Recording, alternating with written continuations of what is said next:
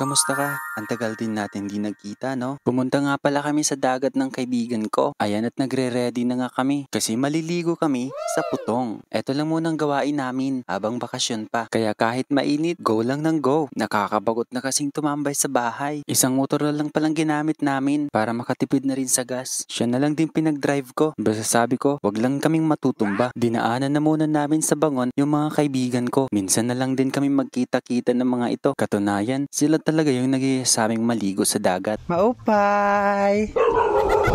Tinawag ko na nga sila dito sa kanilang bahay. Kaya lang umatras akong bigla nung tinahulan ako ng aso. May ayam! Kaya dito na lang kami naghintay sa labas. At di nga nagtagal, lumarga na kami. Ang gaganda nga nitong mga kasama ko. Hindi naman halatang prepared silang magdagat ngayon. Samantala yung itsura ko, saktong iinom lang at tagasimot ng pulutan. At nasa bungad pa nga lang kami. Parang tinatamaan ako ng antok. Gustong-gustong ko kasi yung ganitong lugar na nakaka-relax. At ang sarap-sarap pa ng hangin. Kaya gusto ko na lang tuloy matulog. Dito nga kami pumesto sa ilalim ng puno. Di na kami nag-cottage para makatipid na rin. Saglit lang naman kami at di rin kami magtatagal dito. Eto na lang din ang natira sa aming pagkain. Saktong pulutan na lang yan sa isang bote nitong mojito. Konti man yung pagkain naming dala, tagumpay naman ang plano sa pagpaparinig namin sa kabilang cottage. Kaya binigyan kami ng kanilang pagkain.